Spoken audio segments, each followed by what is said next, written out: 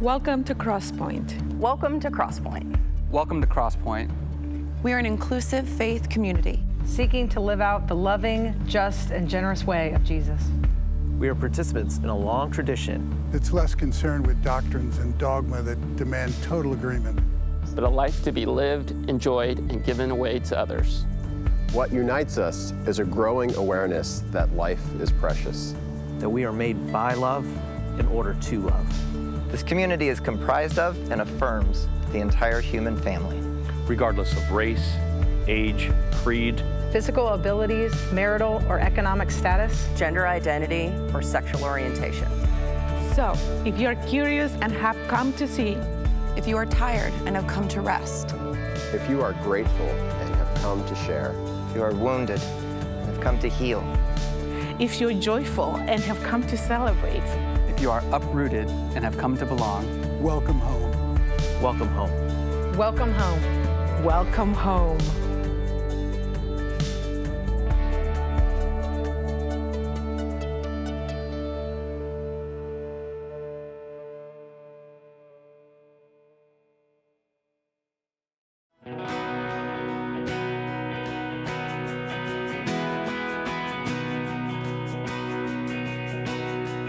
I searched the world,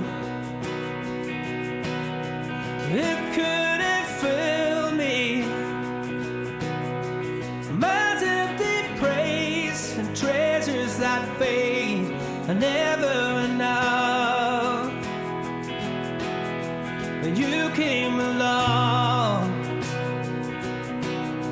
and put me back together.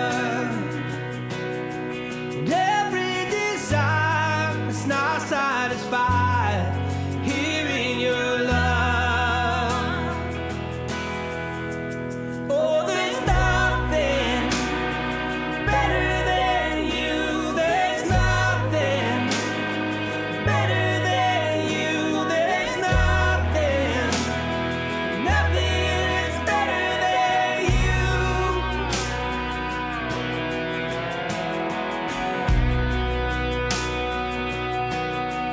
I'm not afraid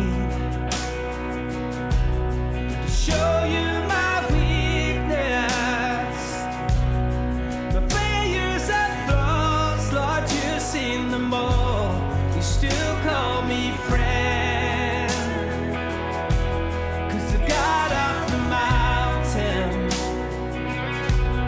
is the God of the valley.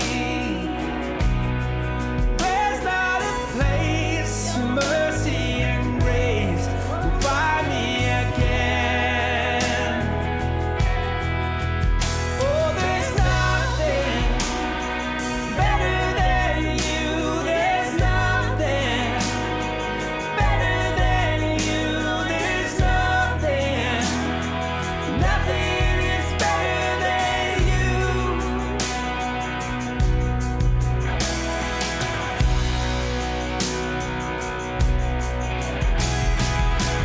You turn mourning to dancing. You give beauty for ashes. You turn shame into glory. You're the only one who can. You turn praise into gardens. You turn bones into honey. You turn seas into highways. You're the only one who can. You're the only one who can. Oh, there's nothing better than you. There's nothing better than you. There's nothing is better than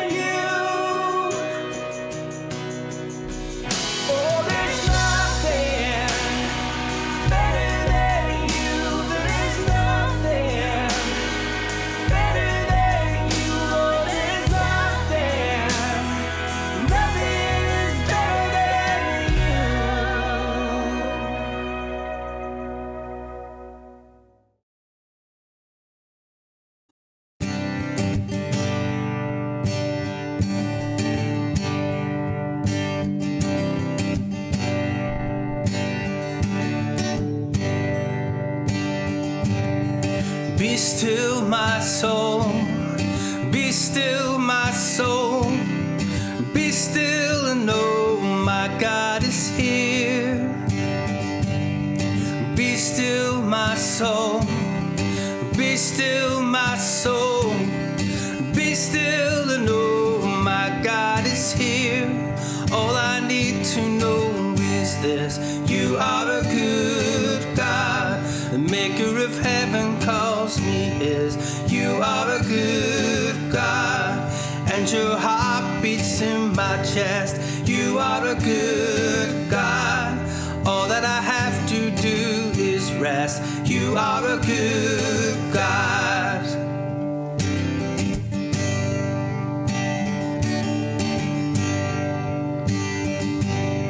I won't be afraid. I won't be afraid. I won't be afraid. My God is here. He will make a way. He will make a way. He will make a way. My God is here. All I need to know is this: you are a good God. The maker of heaven calls me his. You are a good God, and your heart beats in my chest. You are a good God. All that I have to do is rest. You are a good God.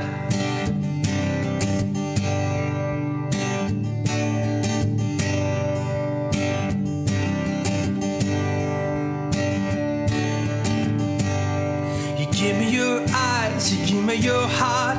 Your spirit flows through my veins. You give me your eyes, you give me your heart. Your spirit flows through my veins. You give me your eyes, you give me your heart. Your spirit flows through my veins. You give me your eyes, you give me your heart. Your spirit flows through my veins. Oh, you give me your eyes, you give me your heart. You had a plan right from the start. I know who I am, 'cause I know who you are. You are a good God. All that I need to know is this: the maker of heaven calls me his. All that I need to know is this: you are a good God. The maker of heaven calls me his. You are a good God, and your heart beats in my chest. You are a good God. All that I have to do is rest. You are a good God. You are a good God. You are a good God. You are a good God. You are a good God.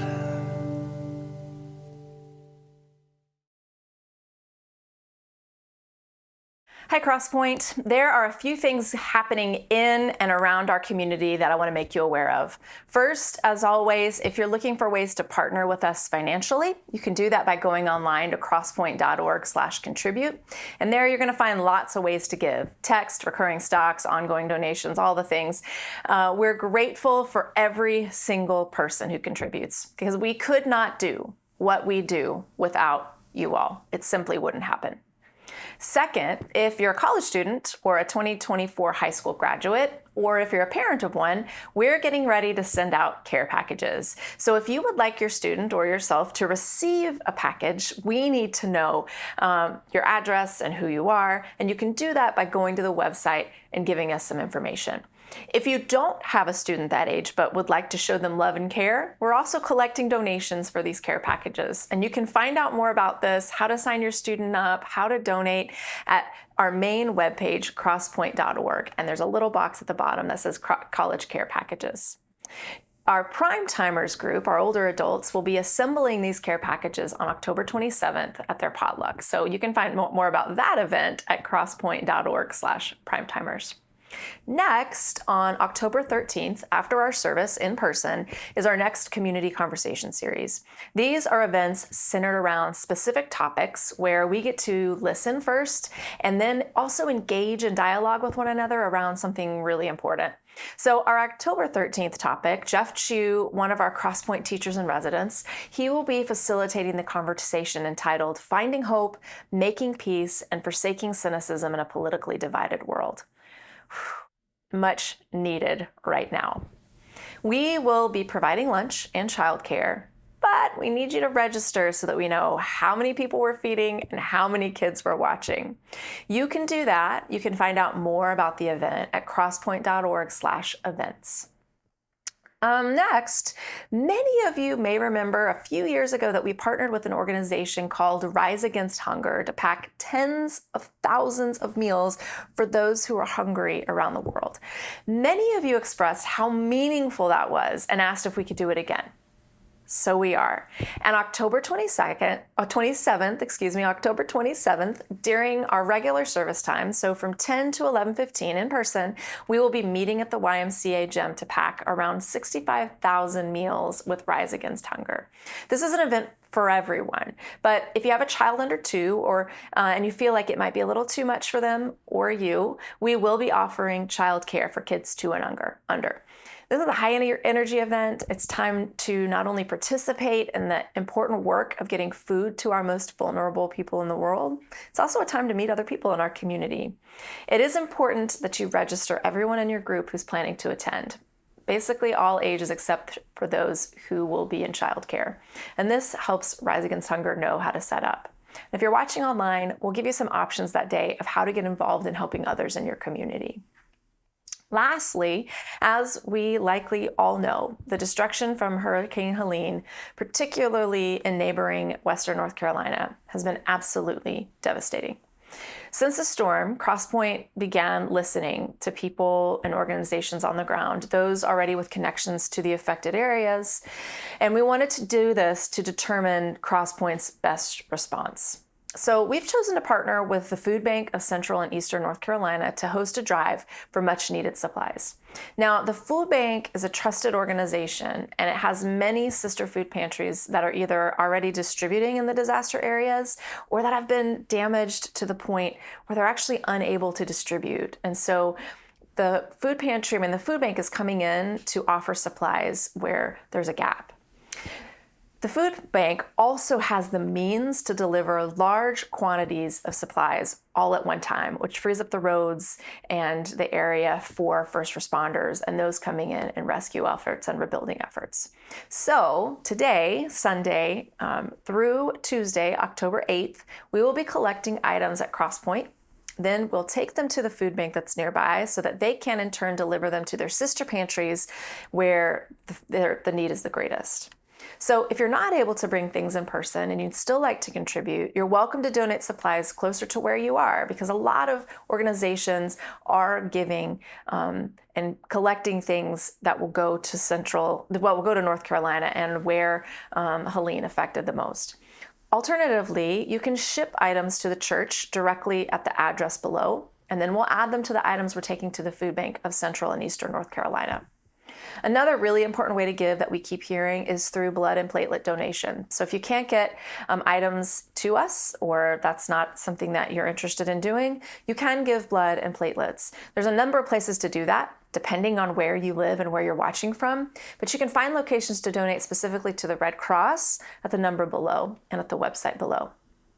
And unfortunately, it's really clear that too many families and individuals are just in critical need of basic items, and that recovery and rebuilding efforts are going to be going on for a long time. They're just simply going to be ongoing. This disaster has personally affected many of our own Crosspointe community as well. And so we commit to continue to listen to those on the ground and to continue to evaluate how we can best support our neighbors and our families in Western North Carolina. Events like this most recent disaster make us keenly aware of how grateful we are for the things and the people that we have. I'm so proud of your history, Crosspointe, of stepping up and giving and working generously. I'm really grateful for you. So if you need to be reminded of any of this long list of things that I just mentioned, you can find it all repeated at our website at crosspointe.org. Thanks, Crosspointe.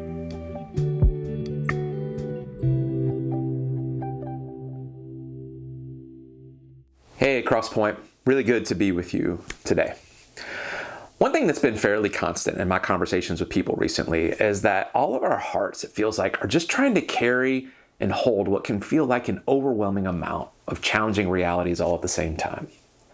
I mean, of course, there's the typical dynamics of relationships and work and financial challenges, which, depending on the particular season, can feel overwhelming just in those things alone. But then you add the very tense political climate that exists and the exhausting rhetoric that is rooted in so much fear and anger these days.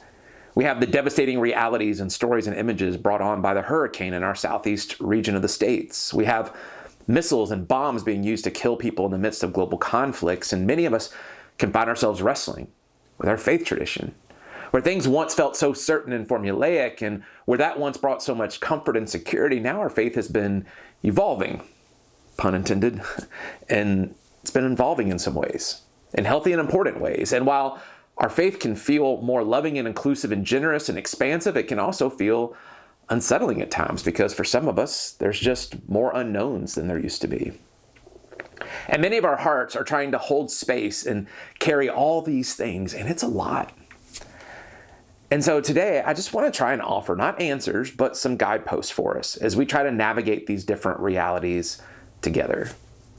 And in order to do that, I want us to look back on the Exodus story that we find in the Hebrew Bible. Some of you are familiar with it, some may not be, but here's the gist.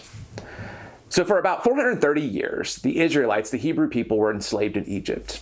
And in this ancient story, we discover how God uses a man named Moses to help free the Hebrew people from the bonds of slavery under Pharaoh. So you have this epic moment, right, where Moses demands of Pharaoh, "Let my people go." And then finally Pharaoh relents and lets them go. But then he changes his mind and he sends his army after them. And the Israelites find themselves stuck between the sea and Pharaoh's army, and it seems like certain death for them. But then the waters of the sea miraculously part. The Israelites are able to walk through to the other side. And then when Pharaoh's army starts to chase after them, the water collapses back down on top of Pharaoh's army, and the Israelites are suddenly free. God has liberated them from oppression. Now, this Exodus story, this story of liberation from oppression, has been the foundational and anchor story for the Hebrew people ever since. And so after their liberation, God makes it clear to the Israelites that God's vision for Israel is that they would be a new kind of tribe in the world, a new kind of nation, one that didn't exist for only its own success and survival, but instead would exist to also bring grace and goodness to all the other tribes and nations of the world. That they wouldn't be driven by greed and violence and dominance like every other tribe in the world at the time, where life basically centered around how do we protect ourselves and how do we exercise our dominance on anyone around us, but rather they would exist to be a blessing to others, or as Jesus would put it later, a light to the whole world. So to help them establish a new way of ordering themselves in the world, God gives his people what we now know as the 10 Commandments. And that at the foundation of their identity would be this covenant relationship with God, a God who is for them, who is leading them toward life and leading them toward bringing goodness to others. But as the story goes, these newly liberated Israelites find themselves in unknown territory. Entire generations of people who had no idea what it was like to not be slaves in Egypt. So they're in the desert wilderness, wandering around, following this mystic leading from God as to where they're supposed to settle. And the bottom line is this unknown was really hard. Really hard. So much so that eventually we see the Israelites start to complain, well, if only we had died by the Lord's hand in Egypt. There we sat around pots of meat and ate the food we wanted, but you have brought us out into the desert to starve this entire assembly to death. Wouldn't it be better for us to just go back to Egypt? And they said to each other, we should choose a leader and go back to Egypt. Now, here's a people who've been in slavery for over 400 years. They've been liberated and set free from slavery, and the ambiguity and the unknown that they find themselves in is hard. And so they go, why don't we just go back to being slaves in Egypt? I mean, sure, there's some downsides to that. There's some cost, but at least there's some security and stability, right? You see, whenever things get really hard, many times the typical human reflex is to revert back to what was, to go back to what's known, to go back to Egypt. And the scriptures tell us that they all grumbled and complained and wanted to go back. And we don't know if any of them actually did or not. I imagine some of them did. But the Hebrew people as a whole kept moving forward, trusting that even though they didn't know where God was leading them, that God was leading them somewhere good. Then eventually, after 40 years of wandering in the desert, the Hebrews come to what was referred to as the Promised Land, the land where they were going to settle as a people. And as they're about to enter into the land, God tells them, don't forget where you came from. Don't forget your story, that you were enslaved and that God freed you and liberated you. Don't forget the vision of light God has called you to be in the world. Don't forget and find yourself adopting the same ways of dominance and oppression and the same power structures like everyone else. So the Israelites get settled in the new land, and they start trying to figure out what it looks like to live in this covenant relationship with God and with these 10 commandments that kind of sort of served as these relationship vows between God and the Israelites. And yet, as concrete and straightforward as the 10 commandments sound, when you think about it, there's a lot of room for interpretation there. For example, let's take, don't use the name of the Lord your God in vain. Okay, so what does that mean? Does it mean you don't say, God, that hurt, when you stub your toe? Because if that's the case, if that makes it to like the top 10, it seems pretty petty, right? Or does it mean more like the original Hebrew implies, where it's don't attach God's name and reputation to things that don't actually align with God's heart? Like in a similar way where we find people using the word Christian as an adjective on all sorts of things that don't necessarily align with Christ's heart today. Because again, we never see the word Christian used as an adjective in the Bible. It's always a noun. It talks about people. So then let's say it's the latter. What are the metrics by which one determines whether or not God's name and reputation wrongly gets attached to something in vain? Who decides that? What are the metrics? Or think about other commandments like honor your father and mother or keep the Sabbath day holy. If we sat around and teased those out, we'd come up with probably hundreds of questions that we could debate about in terms of what each of those actually look like and what they don't look like lived out. And so that ambiguity was really hard, really hard. And so what you see in some of these early books of the Hebrew scriptures are people trying to put definition to and create all sorts of rules and rituals on how to live these out. But eventually the Israelites were like, this is messy. I mean, really messy. And so they come to the prophet Samuel and they say, we don't think this can work. So just give us a king who will just tell us what to do. I mean, this is the way it's worked for the other tribes and nations. Let's just follow their roadmap. And Samuel's like, listen, you don't want to do that. You don't want to throw in the towel. You don't want to give up on this vision that God has given us. A king will take us down a path we don't want to go. But then we read this in 1 Samuel 8:19.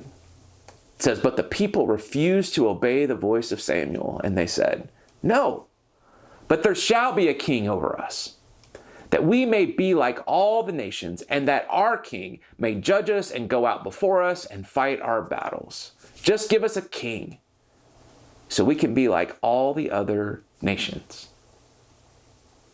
Because again, when things get hard, many times our instinct is to revert back to what's already known, to go back to the ways of Egypt. So because God is a respecter of free will, God says, okay, I've tried to warn you, but go ahead and appoint a king.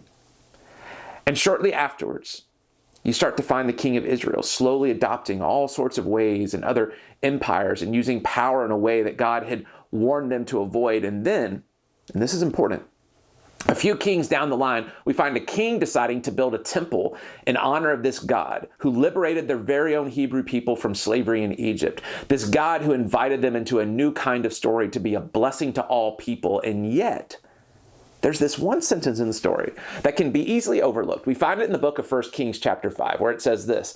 It says, King Solomon drafted forced labor out of all Israel, and the draft numbered 30,000 men. Now, I'm not sure about you, but that sure sounds a lot like slave labor to me. So just a handful of decades later, get this, we find the king of Israel enslaving his own people, to build a temple for the God who liberated the Hebrews previously from slavery in Egypt. The same God who said, don't forget your own story. Take the grace that's been given to you and give it to others. But you see, when things get hard, it's very easy just to revert back to the same old power structures, the ways of dominance and oppression.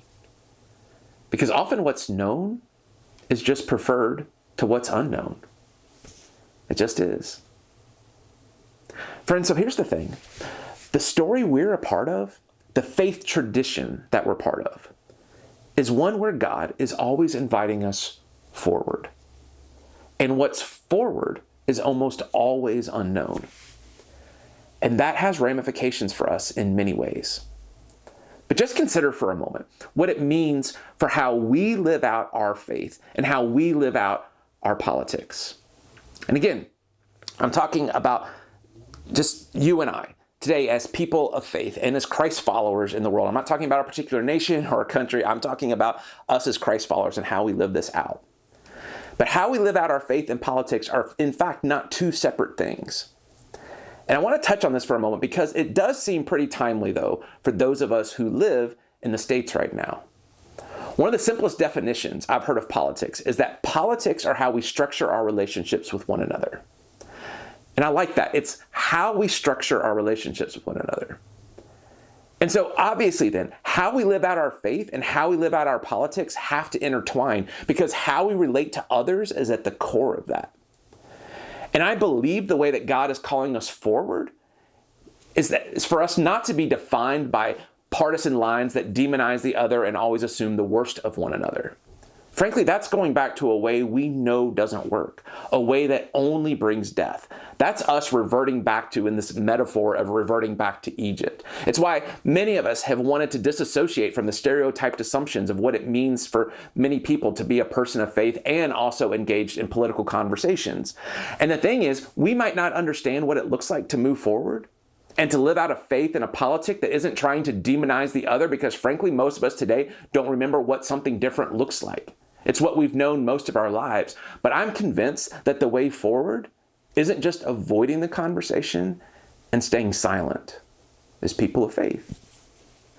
And so in light of that, I want to offer us a few guideposts along the road ahead. I believe they have implications for us personally, politically, how we live out our faith. And I can't and won't try to detail all that out, but I'm hopeful it will lead to some good reflection and conversations.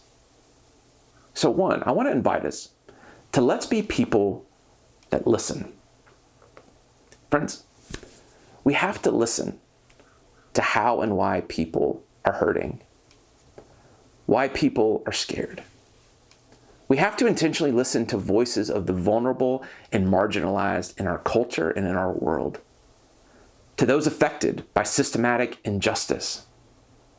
We have to listen to people of color, to our LGBTQI+ siblings, to those in poverty, to those struggling to make ends meet, to our neighbors down the street.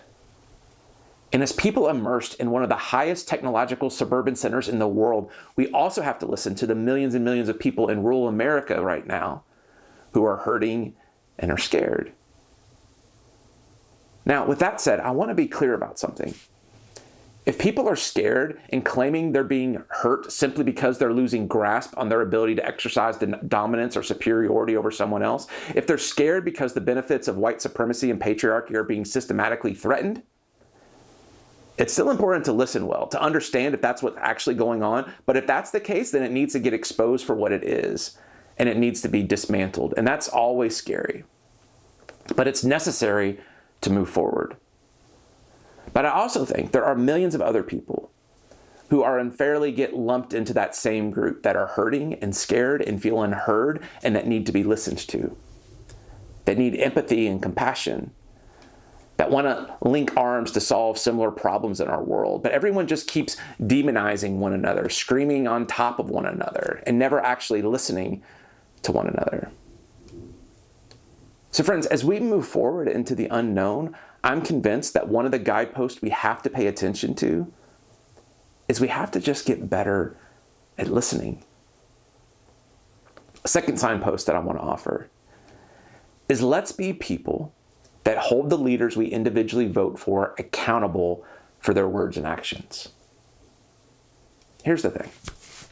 We don't have any problem trying to hold the leaders we didn't vote for accountable for their words and actions, right? I mean, that's easy to do. It's easy to point fingers and blame and mock and shame and hold others' feet to the fire when we see them as the enemy. That's easy, and it happens all the time. And to be clear, I'm not saying don't ever bother trying to hold someone on another team responsible or accountable. Of course we should.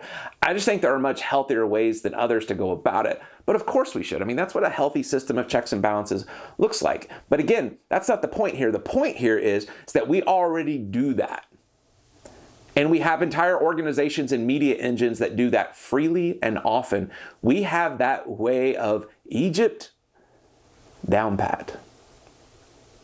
Rather, I think one of the important guideposts for the way forward is for us to be willing to hold the leaders that we support, that we vote for, accountable for their words and their actions. That we're willing to hold them accountable to basic values like integrity and honesty and the humane and equitable treatment of all people. If we're not willing to do that, then what in the world are we doing? And listen, I'm not talking to the whole nation right now, the whole world. I don't have that kind of platform, but I'm talking to you, people who at least have some interest in the way of Christ, in the way of love. And if we want to have any integrity and credibility at all to speak into other matters in our world, we have to be willing to hold our preferred teams accountable to the most basic of values. Otherwise, our silence will only fuel destructive behavior that will take us backwards toward the ways of Egypt once again. Now, here's a third guidepost for the way forward. Let's be willing to constantly remind ourselves, of course this is hard. Of course it's hard. Of course it's exhausting. Whenever you're dealing with the unknown, it doesn't matter if it's relationally or with work or with politics or faith. Of course it can be confusing and frustrating. Of course it can feel like it's tough to get any traction. Of course it's filled with all sorts of struggle and hardship. Of course it is. I've shared this before, but it was about a decade ago. I was sitting with members of our elder board here at Crosspointe. I was venting about how hard and exhausting it was trying to fund and build a YMCA, something we'd never seen a church community do before, and there was no one to show us their way. There was no roadmap. There weren't mentors, and I was just spent, and I was fed up. And I'll never forget that moment when one of them looked at me and said very calmly, "Jonathan, of course it's hard. This is what we signed up for, to do something that we felt led by God to do that hasn't been done before. Why would we expect it to be any different?" And something significant shifted in me that day. Why was I shocked? That this is the way it was, that the way forward into the unknown, into a new future, was filled with all sorts of struggle and difficulty. Of course it was. And that's true on a large scale, paradigm shifting ways, but it's also true in smaller, everyday type of ways. For example, let's take music in church, for example. Here's a little insider info. That's a really tough gig these days. And here's the thing. When I hear from leaders across the country who share similar values as we do as a church, every single one of them asks me about music because they admit that they're in unknown territory and it's hard. Now, to be clear, I love all of our musicians here at Crosspointe. They are uber talented. They have tremendous hearts, and so I'm so very grateful for them. I just want to let everyone know that what they're trying to do week in and week out can be extremely challenging, and it has zero to do with musical talent. So why is that? For instance, this past week, I Googled several of the top worship songs being played on the radio right now and read through the lyrics. And here's the thing. Regardless of whether one likes the particular musical style of each one, every one of them that I looked up promotes a theology or a view of God that we would teach and believe is problematic. Not just different, but problematic. For example, I've gotten emails in the past year from people who say, how can you teach this one view of God in your teaching and allow your music and lyrics that you have everyone singing to reflect a completely different God and theology? To illustrate one aspect of that tension, let's take the hymn Amazing Grace. Okay? For some, Amazing Grace is beautiful and meaningful, and it connects us to our tradition, and we absolutely love it. For others, they may hear a lyric in the song like, Amazing Grace that saved a wretch like me, and it conjures up feelings of shame, where the religious framework that they were handed, maybe years ago or as a child or at some point in their life, was that they were a wretch of a person. They were disgusting in God's eyes unless or until they did something, confessed something, changed something. They weren't raised to believe that the starting place for how God sees them is love, that they're valuable and loved and have tremendous worth just as they are. And so the constant wrestle is, do we lean into one side of the tension, where the emotional connection, the familiarity, the anchoring us in our tradition is the higher value?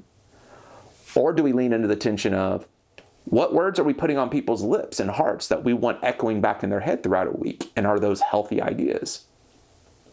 And then, does it have to be all or nothing? Or is there space to still sing certain songs and recontextualize them in a healthier ways that don't risk causing harm? And the thing is, all those various tensions have value. They do. And so when we're making choices about music, in many ways, we're trying to lean into different sides of those tensions. And as a result, we're navigating new and unknown territory many times, and it can be a struggle. But in the big picture, that's still such a small thing, right? And so when we consider the work we're trying to do collectively, that involves confronting religious powers and structures that no longer resemble the ways and teachings of Jesus, systems or practices or rhetoric that hurt and dehumanize people, it's really hard, right? And so when you might feel lost or angry or disoriented, when it feels like you can't make sense of the world around you and what people are saying and how they're acting and it makes no sense, listen, of course you feel that way. Of course you do. It's really hard. But you're not alone. And you're not the first that have felt that way. This is how change always happens. For millions of us in this world, what's been passed down to us is to go after safety, comfort, security, and what's known at all cost. That we need to protect and defend and stay exactly where we've always been, because what we've been told is that's the tradition, that's what we do. That everything we ever needed to know was written down 2,000 years ago in a collection of songs, poems, stories, and history, and that anything new we could possibly learn from science or psychology or even the Spirit of Christ for our particular time and culture today, many of us have been told, well, that's heretical. Friends, just understand, that's not the faith tradition we're actually a part of. We're part of a faith tradition that's invited to go forward into the unknown, to keep growing and to keep learning. But here's the thing, when we actually live that out, it will always threaten the status quo. It always will seem threatening to the institutions that are used to being in power, no matter what kind of institution it is. And it's hard. And sometimes you'll be labeled and dismissed, and at times it will get lonely and isolating. But you see, friends, that's why understanding our history and understanding our own story that we're a part of is so important. We've centered our faith around Jesus of Nazareth, who was executed by the religious and political systems of his day because of the disruption to the system that he caused, and because of his challenge to the previously understood and accepted way of seeing God and treating people. Again, this is our faith tradition. This is the story of the people of faith that we link arms with. Those who are willing to move forward into the unknown, because that's where God is leading us, forward. And it will continue to be hard and challenging and uncomfortable at times. Of course it will. Confronting bias and prejudices in ourselves, confronting systems of oppression and injustice and bigotry and supremacy, of course that's hard. Holding our own patterns and words and behaviors up to the mirror and ways and teachings of Christ, and learning how to be more loving and forgiving and patient and generous, of course that's hard. It's really hard. Advocating for the goodness of all people, to be the light to the world that people of our faith tradition have been called to be for thousands of years, of course that's hard.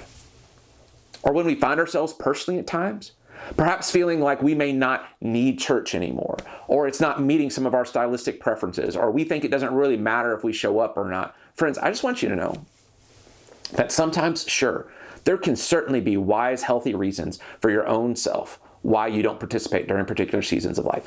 Absolutely. Big advocate of that. But I also want you to know that for some of you, I want you to be reminded that simply choosing to show up and participate can mean the world to someone else. Or someone can walk into our space on a Sunday or join in an online conversation and they see you.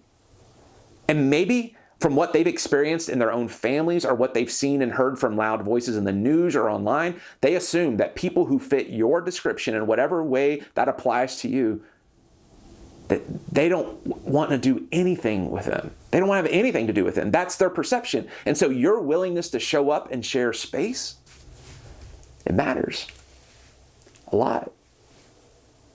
Now, again, we're all at different points in our journeys, so this isn't for everyone, but some of us need to be reminded that the primary filter we need to shift away from is one of what can I get out of this to what can I give to this? With my presence, with my effort, with my time, and yes, even though it's uncomfortable to say, with my resources to help this community be a light in the world and keep moving forward. But those kind of shifts can be hard and uncomfortable.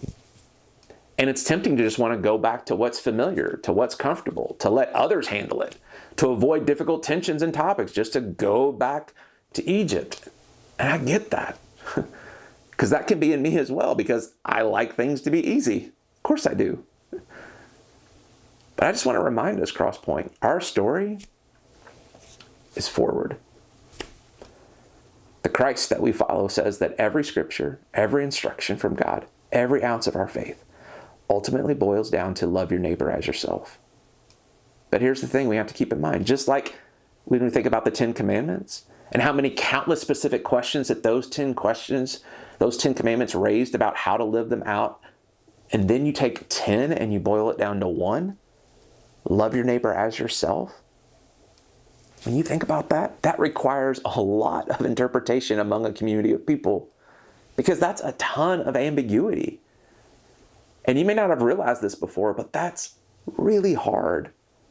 And it can be really messy, trying to figure out what that looks like in a never-ending list of unfolding moments and opportunities and situations where we have to wrestle with, what does love look like here, in this moment, with this person right in front of me? And yet, that's what the very Spirit of Christ invites us forward into. And absolutely, there's costs that come with that. Every time you venture into new territory, there are costs. There's no turn-by-turn direction GPS with every situation laid out detailing, okay, here's what love looks like here and in this moment, in this situation. Instead, we collectively follow the ways and teachings of Jesus, the Spirit of Christ. We listen and we learn. We wrestle and we discern. And together, we do our best to follow and live that out in our world today, in our context now. But let's not forget that there's also cost of refusing to move forward and just staying back where it's comfortable and secure. And the reality is, when you think about that, those are much greater costs. And so our invitation is to keep following the Spirit of Christ forward. And yes, it will be hard. Of course it will be.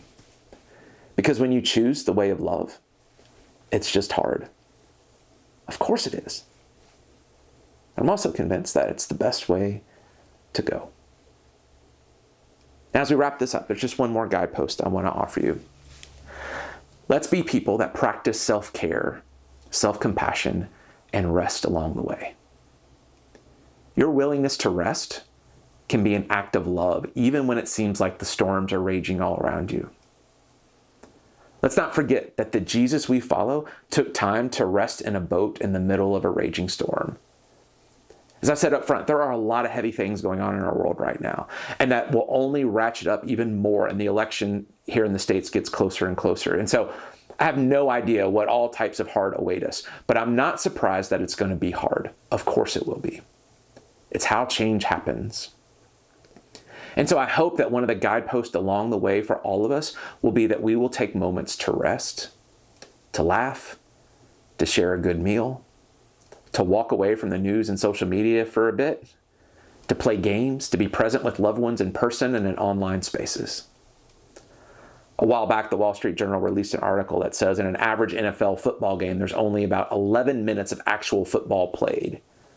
The remaining 3 to 3.5 hours are in between plays, on the sidelines, conversations, rest. None of us would accuse the players in the middle of the action of being selfish for having periods of rest between plays, because that's how one actually makes it through the whole game, a whole season, a whole career.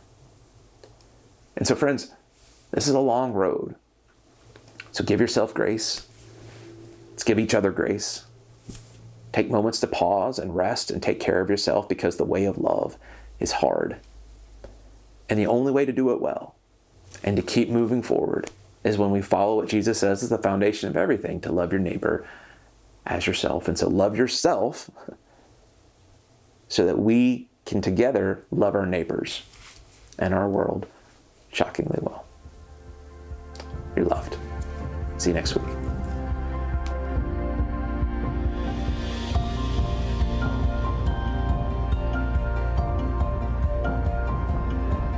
If you would like to know more or get connected to Crosspointe, go to crosspointenc.org.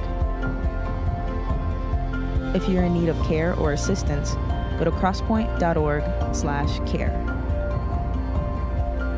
And welcome home.